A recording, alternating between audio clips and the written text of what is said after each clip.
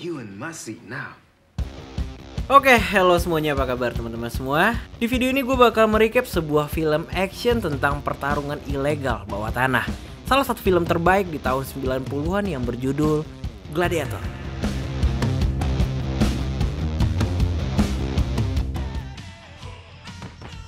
Cerita berfokus pada seorang anak bernama Tommy Reilly. Karena sebuah alasan, Tommy dan ayahnya pindah dari kota ke daerah pinggiran. Sebuah daerah kumuh dengan tingkat kriminalitas yang tinggi. Dan hari ini adalah hari pertamanya ke sekolah barunya. Tapi siapa sangka, belum juga nyampe gerbang dia udah diganggu sama rombongan kulit hitam di sana. Kayaknya daerah ini emang mayoritasnya kulit hitam nih, gengs. Ditambah lagi di tahun 90-an tingkat rasisme itu masih tinggi banget di daerah Amerika. Sialnya, saat sampai kelas ternyata Tommy satu kelas dengan rombongan yang tadi membulinya. Tommy kelihatan kalem banget menghadapi mereka. Dia anteng dan nurut-nurut aja. Bahkan sampai pindah kursi sebanyak 3 kali. Tapi di kursi ketiga ini, Tommy nggak lagi mau pindah. Dia ngejawab omongan bully itu hingga memancing keributan. Untungnya guru datang di saat itu.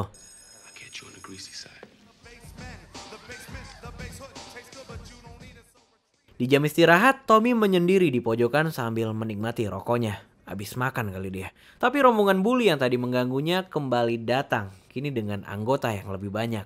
Tommy terlihat nggak terlalu mengacuhkan mereka. Sikap tengil ini sempat hampir memancing keributan lagi. Tapi di saat itu juga rombongan geng lain datang dan mengalihkan perhatian mereka. Yes, dua rombongan geng ini adalah rivalitas di sekolah itu. Perkelahian 1 versus 1 pun terjadi antar pemimpin geng. Terlihat salah satu dari mereka menggunakan senjata. Tetapi perkelahian itu berhasil digagalkan oleh guru yang melihat di sana.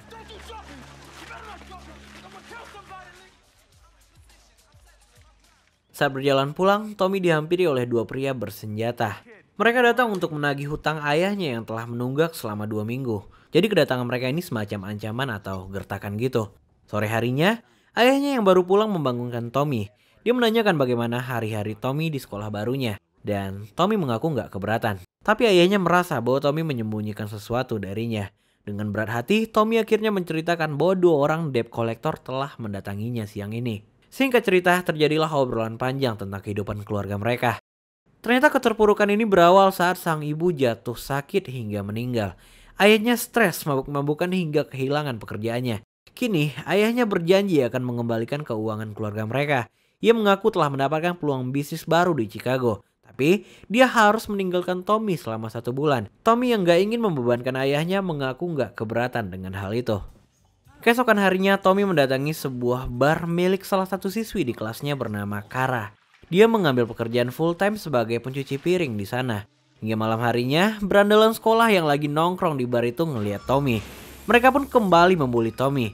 Tommy mengatakan bahwa dia nggak ingin ada masalah apapun. Hingga akhirnya, dia didorong jatuh. Tommy yang kesal bangun dan langsung memukul jatuh 2 orang dari mereka. Hingga seorang pria tua datang dan melerai mereka. Pria tua itu ternyata adalah seorang agensi boxing ilegal bernama Jack. Jack mengaku menyukai cara Tommy berkelahi dan ingin mengontraknya untuk perkelahian bawah tanah. Pria itu awalnya menawarkan Tommy $600, tapi dengan sifat dinginnya Tommy menolak. Dia meminta $1.250 atau enggak sama sekali. Awalnya pria tua itu menganggap Tommy sedang menggertaknya, tapi itu bukanlah candaan bagi Tommy. Hingga pada akhirnya pria tua itu terpaksa harus setuju dengan permintaan Tommy.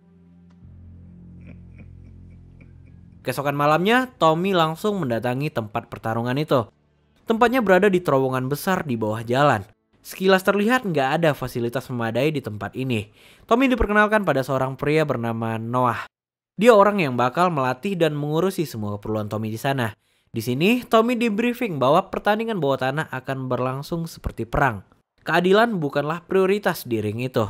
Di sana Tommy juga berjumpa dengan seorang teman sekolahnya bernama Romano. Awalnya Romano cukup kaget mendengar Tommy dihadapkan langsung dengan Black Death, petarung yang lumayan terkenal di daerah itu. Romano pun menyarankan Tommy untuk berhati-hati dengan tangan kanannya. Pertunjukan pun segera dimulai. Tommy dan Black Death memasuki arena. Semua orang bertaruh untuk Black Death. Mulai dari awal pertandingan, Black Death telah bermain curang dengan memberikan pukulan elbow yang membuat pelipis mata Tommy berdarah. Tetapi nggak ada pelanggaran di arena boxing satu ini. Setelah beberapa menit berlalu, Black Death mulai kelelahan dan dia lebih sering membuka badan di sini.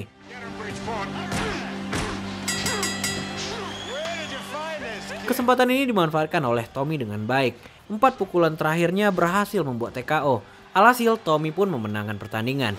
Investor, petaruh, dan penonton sempat nggak percaya dengan kemenangan ini. Keesokan harinya, Tommy diminta menemui Mr. Horn untuk mengambil bayarannya. Dia adalah investor yang membuat Tommy bisa berlaga di dalam ring tadi malam. Dia juga meminta Tommy untuk kembali bertarung untuknya. Tapi Tommy menolaknya, karena yang dia butuhkan hanyalah $1.250. Keesokan harinya Tommy menemui Kara. Gadis pemilik restoran ini sempat kecewa karena Tommy memilih memasuki ring berbahaya itu.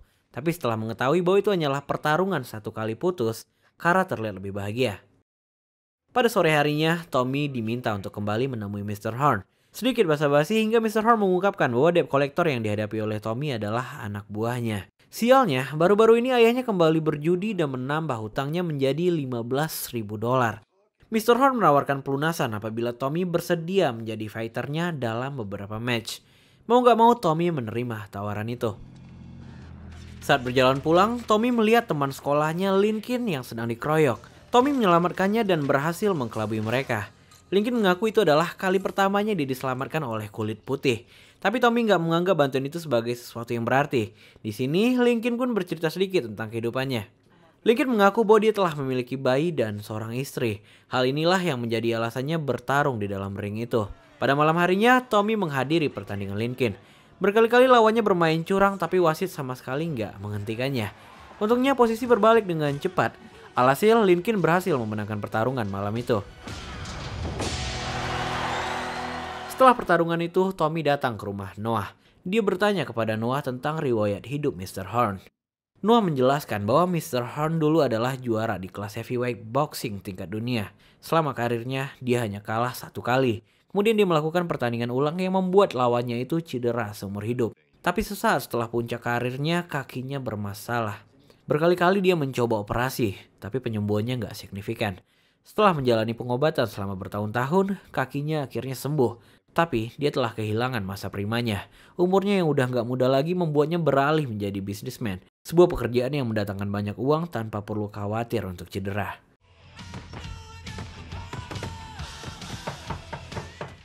Keesokan harinya, Tommy yang tengah berlatih didatangi oleh Kara di rumahnya. Kara mengaku mengkhawatirkannya karena sejak hari itu Tommy nggak pernah lagi masuk sekolah.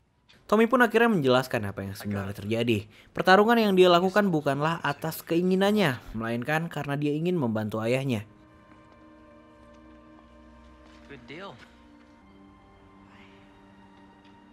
Sejak hari itu, Tommy semakin dekat dengan Kara.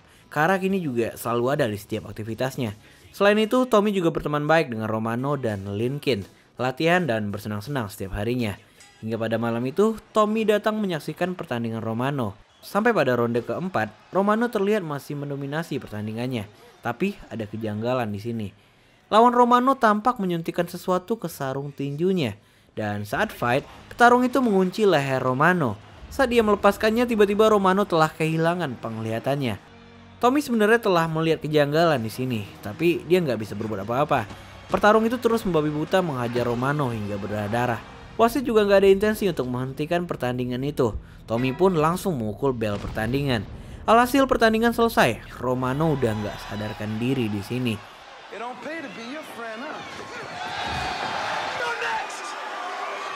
Sesampainya di rumah, Tommy ditelepon oleh ayahnya. Ayahnya berbicara seperti nggak terjadi apa-apa. Dia juga mengatakan bahwa dia menunda kepulangannya karena alasan bisnis. Tapi Tommy di sini tetap menjawab dengan sopan. Dia memastikan bahwa semuanya baik-baik aja di rumah. Pada keesokan harinya, Tommy mendatangi rumah sakit tempat Romano dirawat. Romano masih belum sadarkan diri. Dia didiagnosa mengalami kematian fungsi otak. Dan Romano meninggal persis saat Tommy sedang berada di sampingnya. Singkat cerita, Tommy akhirnya menghadapi pembunuh Romano di atas ring. Wajahnya menunjukkan dendam tanpa ampun. Dari awal, dia sama sekali nggak tersentuh. Trik jahat lawannya itu juga bisa dihindari dengan mudah. Dan disinilah pertama kali Tommy bermain kotor. Dia memukul bagian otot petarung itu yang seketika memburamkan masa depannya.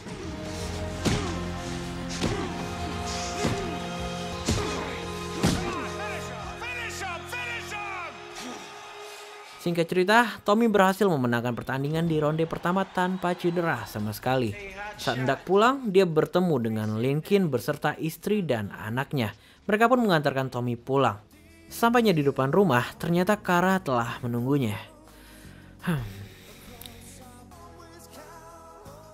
Keesokan harinya, Linkin yang sedang latihan tiba-tiba terjatuh.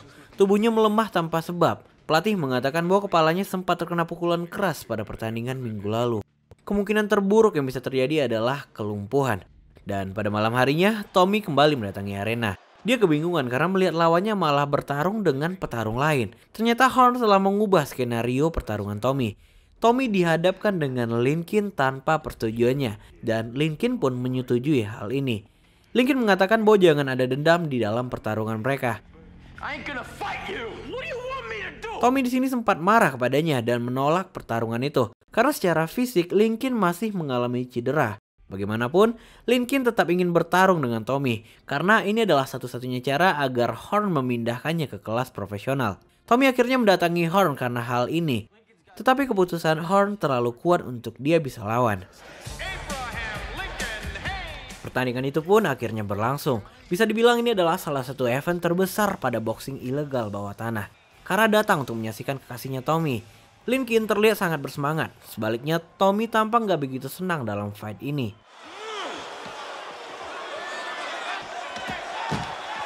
Hal ini terbukti dari awal Tommy gak pernah melayangkan pukulan. Bahkan setelah Tommy dibuat jatuh oleh Linkin, dia tetap bermain pasif.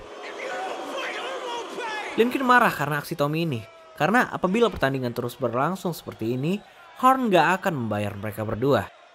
Saat jeda break, Horn sempat memperlihatkan ancamannya dengan mendekati Kara. Tapi bagaimanapun, Tommy gak mungkin memukul Linkin. Satu pukulan kepala akan sangat fatal pada cederanya yang berakibat kematian. Dia pun hanya memukul badan Linkin selama pertarungan.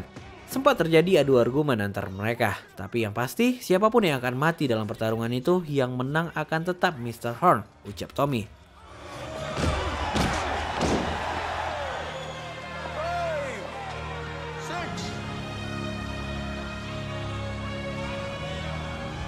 Come get your money.